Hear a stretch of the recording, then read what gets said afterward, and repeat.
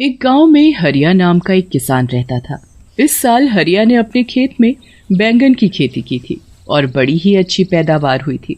एक दिन वो खेतों से पके पके बैंगन तोड़कर शहर की सब्जी मंडी में बेचने जाता है। सब्जी ले लो, सब्जी ताजी ताजी सब्जी। शाम तक उसके लगभग सारे बैंगन बिक जाते हैं और बस थोड़े से बैंगन ही बचते हैं। हरिया बचे हुए बैंगन लेकर निकल पड़ता है। रात काफी हो चुकी होती है। हरिया अपनी बैलगाड़ी से घर वापस आ रहा होता है। रास्ते में काफी सुनसान जगह पड़ती है और उस जगह एक चुड़ैल का वास होता है। वो चुड़ैल काफी समय से भूखी होती है। जैसे ही वो हरिया को वहाँ से गुजरता हुआ देखती है, उसके चेहरे पर खुशी की चमक आ जाती है। अरे वाह, आज तो बड़े दिन बाद कोई आदमी यहाँ से गुजरा है। आज तो मुझे कुछ न कुछ खाने को मिल ही जाएगा। आज मैं पेट भर कर खाऊंगी। वो चुड़ैल उस आदमी को खाने जा ही रही होती है कि तभी उसका ध्यान बैलगाड़ी से नीचे लुढ़कते हुए बैंगनों पर जाता है। वो चुड़ैल जल्दी से उन बैंगनों को उठा लेती है और घुमा घुमा कर देखने लगती है। उसके बाद वो एक बैंगन खाकर देखती है तो उसे वो बड़ा ही स्वाद लगता है। अरे वाह, ये तो बड़ा ही स्वादिष्ट है। ऐसी चीज तो मैंने पहले कभी नहीं खाई। चुड़ैल जल्दी जल्दी सारे बैंगन खा जाती है। अब उसके पास एक भी बैंगन नहीं बचता। चुड़ैल को और बैंगन खाने का मन होता है। वो सोचती है कि क्यों ना उस आदमी की बैलगाड़ी में बैठकर उसके साथ ही चली जाए। ऐसे उसे उस आदमी के पास और भी बैंगन मिल जाएंगे। वो जल्दी से हरिया की बैलगाड़ी में चढ़कर बैठ जाती है। हरिया को बैलगाड़ी में एक झटका सा महसूस होता है। वो जल्दी से पीछे मुड़कर देखता है तो उसे कोई भी दिखाई नहीं देता। अभी अभी मुझे ऐसा लगा कि मेरी बैलगाड़ी में कुछ भारी चीज गिरी है, पर यहाँ तो कुछ भी नहीं है। हरिया को वो चुड़ैल दिखाई ही नहीं देती और वो बैलगाड़ी लेकर आगे चल देता है। चुड़ैल बैलगाड़ी में बैठकर हरिया के घर तक पहुँच जाती है। हरिया तो घर के अंदर चला जाता है, पर चुड़ैल आंगन में ही रह जाती है और सबके सोने का इंतजार करती है। लता, अरे ओ लता, जरा एक गिलास पानी तो लेकर आ। अरे आप आ गए, मैं अभी पानी और खाना दोनों लेकर आती हूँ। जब तक आप मुंह हाथ धो लो। खाना खाकर सब सो जाते हैं। उसके बाद चुड़ैल उनके घर में आकर बैंगन ढूंढने लगती है। वो घर का एक एक कोना देख लेती है, पर उसे बैंगन तो कहीं नहीं मिलते। चुड़ैल को बड़ा ही गुस्सा आता है। आखिर वो चीज इस आदमी ने कहाँ रखी है? इसकी बैलगाड़ी में थी तो इसके पास और भी जरूर होगी, पर ये उनको रखता कहाँ है? मुझे लगता है इसने उनको और जगह छुपा कर रखा है। मैं भी ढूंढ कर ही रहूंगी। चुड़ैल सुबह होने और हरिया के उठने का इंतजार करने लगती है। जैसे ही हरिया सुबह उठकर नहा धोकर खेतों में जाता है, चुड़ैल भी उसके पीछे पीछे निकल पड़ती है। हरिया खेतों में जाकर काम करने लगता है। चुड़ैल को अब दूर से ही ढेर सारे बैंगन दिख जाते हैं। वो तो खुशी से पागल हो जाती है। मिल गए, मिल गए। आखिर ये मुझे मिल ही गए। मुझे लग ही रहा था कि इस आदमी ने इतनी स्वादिष्ट चीज कहीं और छुपा रखी है, पर मैंने आखिरकार ढूंढ ही ली। अब चुड़ैल एक एक करके सारे बैंगन खाने लगती है। हरिया थोड़ी देर के लिए कहीं काम से जाता है और इतने में ही चुड़ैल खेतों में लगे सारे बैंगन खा जाती है। जब हरिया वापस आता है तो खेतों से सारे बैंगन गायब देख बड़ा हैरान होता है। अभी तो इन पर इतने सारे बैंगन लदे हुए थे और अब अचानक सारे के सारे बैंगन ऐसे कैसे गायब हो गए? आजकल तो बाजार में बैंगन की कितनी डिमांड है और यहाँ सारे बैंगन गायब हो गए। मुझे तो बड़ा ही नुकसान हो गया। अब मैं करूँ तो क्या करूँ? हरिया वहाँ सर पकड़कर रोने लगता है। उसके महीनों की मेहनत बर्बाद हो जाती है।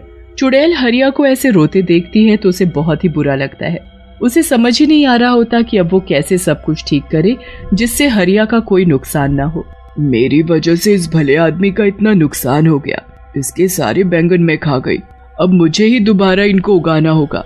अगले दिन हरिया इस टेंशन में बहुत बीमार पड़ जाता है और उसका खेतों पर जाना बिल्कुल बंद हो जाता है। चुड़ैल इसी चीज का फायदा उठाती है और अगले दिन से खुद खेतों में काम करना शुरू करती है। वो पूरा खेत पहले अच्छे से साफ करती है और फिर उसमें बीज बोती है। उसके बाद वो रोज खेतों में पानी डालने आती है। बड़ी मेहनत के बाद वो बैंगन के पौधे उगने शुरू होते हैं। चुड़ैल उनको देख बड़ी ही खुश होती है। अरे वाह, आखिर मेरी मेहनत रंग ला रही है। आज इसमें पौधे निकलना शुरू हुए हैं, कल ये बड़े भी हो जाएंगे और फिर इनमें बैंगन लगेंगे। चुड़ैल अब उनके बड़े होने का इंतजार करने लगती है, पर वो तो अभी भी वैसे के वैसे ही होते हैं। अब चुड़ैल को समझ आ जाता है कि ये पौधे इतनी जल्दी थोड़ी बड़े हों। फिर वो परेशान हो जाती है कि कैसे उनको जल्दी बड़ा किया जाए, जिससे कि उसमें समय से पहले ही बैंगन उगना शुरू हो जाए। चुड़ैल इस बात का हल निकालने के लिए फिर वापस उसी जगह पर जाती है जहाँ उसका वास था। वहाँ जाकर वो अपनी चुड़ैलों में सबसे शक्तिशाली चुड़ैल के पास जाती है और उससे इसका हल पूछती है।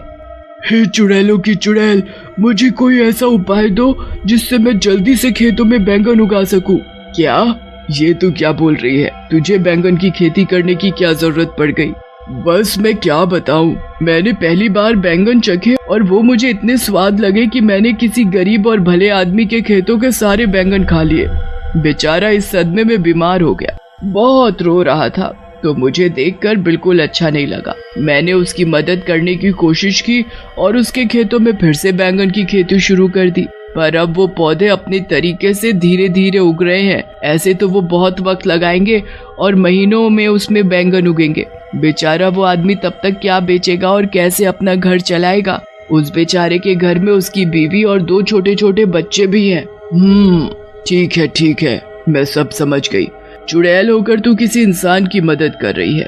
मैंने तो पहली बार ऐसा देखा है, पर तुझे तो पता ही है मैं कभी किसी चुड़ैल की मदद करने से मना नहीं करती, तो तुझे कैसे कर सकती हूँ?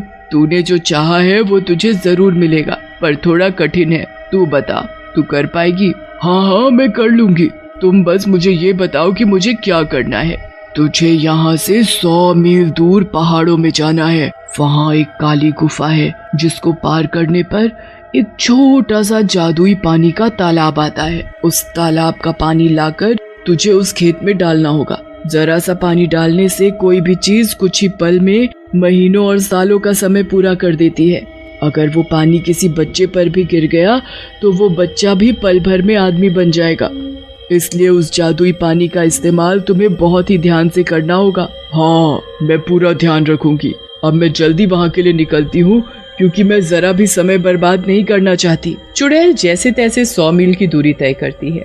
उसके बाद वो काली गुफा को पार करके उस तालाब तक भी पहुंच ही जाती है। वहां से जादुई पानी भरकर चुड़ैल सीधा अपने बैंगन के खेतों में पहुंचती है और थोड़ा थोड़ा पानी पूरे खेत में छिड़क देती है।